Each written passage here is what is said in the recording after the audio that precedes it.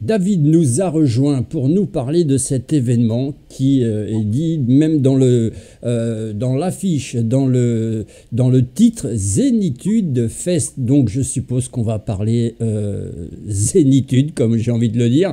Mais alors il en existe beaucoup des salons comme ça de zénitude, de bien-être. Mais ce salon-là, il fait aussi un petit peu la différence. Je pense que, alors avant de parler de l'événement, j'aimerais bien qu'on parle un petit peu de cette association que tu représente, David. On va se dire tu, c'est beaucoup plus simple.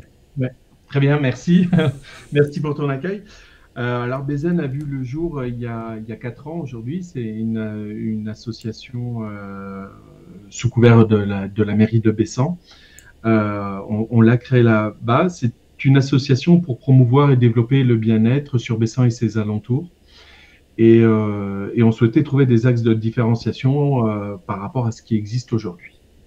D'accord. D'où la mise en place du Zénitude Fest. Et ça représente combien de personnes qui adhèrent à cette association-là? Alors aujourd'hui, on n'est pas très nombreux, on est une petite vingtaine. C'est pas Euh, mal quand même. ouais, c'est pas mal. Alors c'est une vingtaine d'adhérents, c'est une trentaine de bénévoles. Euh, voilà, et puis autour du projet du Zénitude, c'est à peu près 200 personnes qui gravitent autour de ce festival. Alors, quand on parle zénitude, c'est un mot qui veut dire tout et rien à la fois, parce qu'on s'aperçoit qu'il y a énormément de choses qui existent. Moi, j'ai fait plusieurs salons du bien-être, par exemple, où on voit des choses en veux-tu, en voilà. On est un petit peu d'ailleurs affolé par rapport à tout ce qu'on peut voir. Des fois, ça peut même surprendre, faire peur. Euh, vous avez créé le premier salon. Alors, j'ai fait un petit peu de recherche. Ça a été en 2023. Ça a été le début un petit peu de la création de ce salon-là. Aujourd'hui, on est en 2025. Le premier a été un grand succès. Et puis, vous avez décidé de faire un petit peu différemment, un petit peu différent. Qu'est-ce qui fait justement le sérieux de ce salon? En 2023, quand on l'a fait sur une seule journée, c'était notre prime. On voulait pas que ça reste un one-shot. On avait à peu près, d'ailleurs pas à peu près, on avait 42 exposants et on a eu 500 visiteurs sur ce week-end-là. J'avais déjà amorcé le fait que je voulais que ce soit un lieu vraiment convivial, un moment convivial et pour les thérapeutes, les artistes et les artisans et pour les visiteurs, qu'il y ait une espèce de communion qui se mette en place et surtout une interaction, que les gens n'aient pas peur de poser les questions, même les questions qui peuvent paraître farfelues dans un premier temps. Et c'était de créer du lien, de créer du contact. On se rend compte qu'aujourd'hui, c'est de plus en plus compliqué de créer du lien. Et nous, en tant qu'assos, l'idée c'était vraiment voilà, de faire de recréer une osmose entre ces différents acteurs. C'est aussi Euh, quelque part une façon d'éveiller la curiosité, la sensibilité des gens qui viennent dans ce salon-là. Ce salon-là ne se veut pas uniquement un salon où on va acheter quelque chose, on va plutôt aller à la rencontre de. oui, voilà. Aujourd'hui, alors pourquoi Festival du bien-être? C'est la différence avec les salons, c'est que les salons, bien souvent, c'est dans une pièce fermée, un toit et avec des tables bien alignées et avec une température, avec une météo qui va bien parce qu'on est en intérieur. Là, je voulais absolument qu'on fasse ça en extérieur. On a la chance d'avoir un espace par la mairie qui fait à peu près de 6 hectares. Et c'était de créer quelque chose, de créer un événement qui soit totalement atypique, différent des salons, différent des festivals qui puissent exister, parce que ce sont des festivals qui sont plus musicaux même.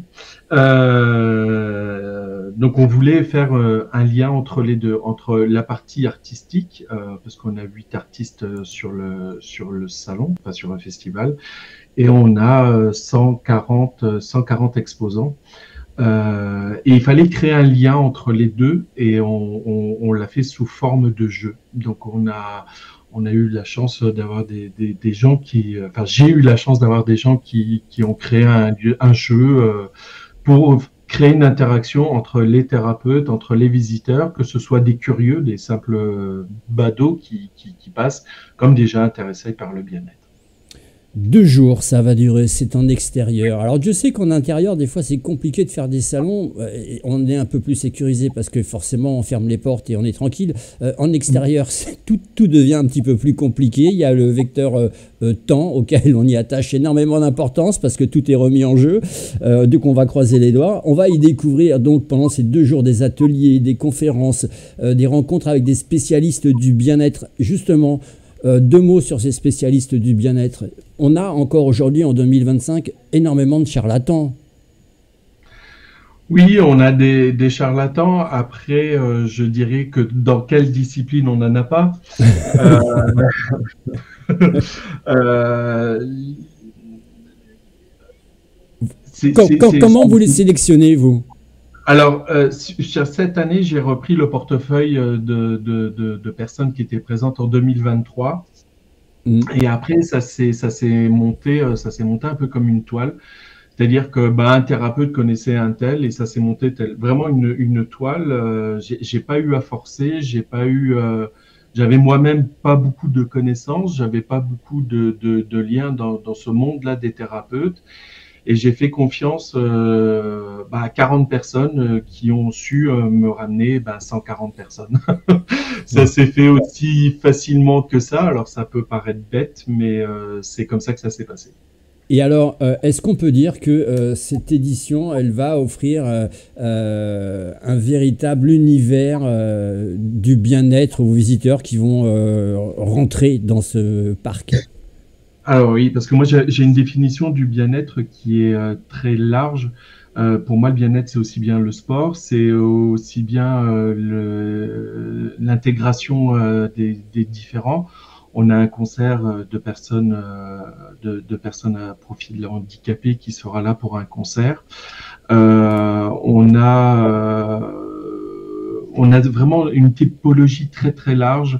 Alors ça passe par les médiums parce que ils font partie aussi de ce métier-là, parce qu'ils peuvent aussi par leurs mots et par leur guidance parfois réconforter.